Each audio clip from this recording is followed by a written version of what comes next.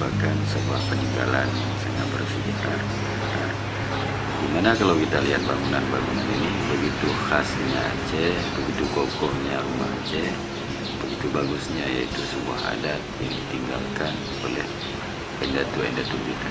Begitu rapinya, begitu sangat indahnya. Berarti jiwa seninya, jiwa adatnya orang dahulu sangat rapi dan bagus sekali. Kalau kita lihat dari segi peletakan rumah, segi penempatan tempat tidur, pokoknya cukup rapi. Maka mengenang masa lalu kita datang ke sini.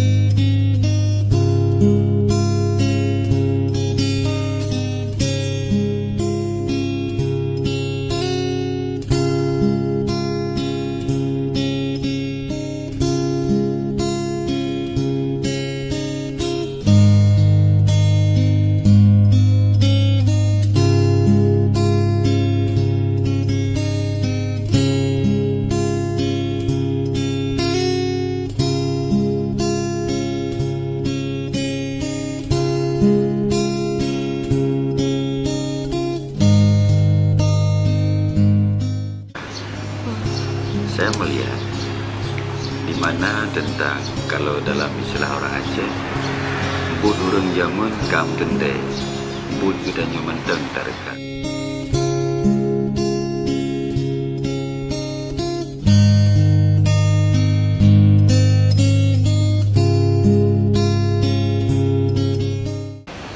Dia rela mati. Apa falsafahnya dia? Wahai cutbang tanglun payung nanggro, becuk bangju nanggro ke Belanda, menyecut bangju nanggro ke Belanda, sayang tak anu dijo danyo. Maka jiwa Cunyadi menanamkan pendirian kepada Teguh Umar. Itu adalah spirit terbesar kepada suaminya dalam sebuah perjuangan. Adakah Cunyadi hari ini? Kalau ada perempuan hari ini jiwa pejuang, pasti ia mengatakan, wahai abang, biarkan aku menderita di rumah, yang penting perjuanganmu tetap berjalan.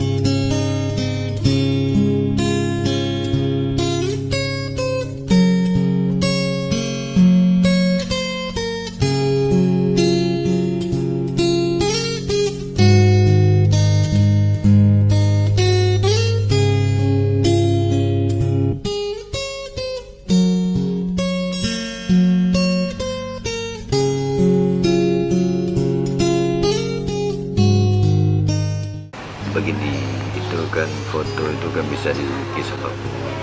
Tapi kalau kita lihat sejarah, orang Aceh memang seperti itu. Cuman karena kita bersyariat, nggak mungkin lah tidak ada jilbab, ya kan. Cuma itu foto itu dasarnya siapa yang gambar. Kayak sejarah juga, lain orang meneliti, lain dibuat sejarah Cunyadi.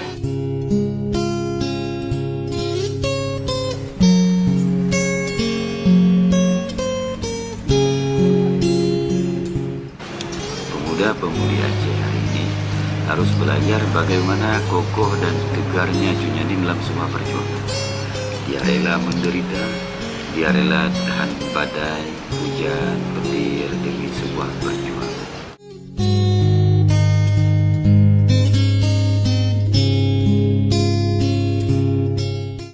Pesan kepada pemuda-pemudi Aceh setelah mereka datang ke rumah Aceh ini, lalu mengenang kembali sosok Cunyadi bagaimana pendiriannya dan apa yang mesti kita lakukan menjadi inspirasi daripada beliau.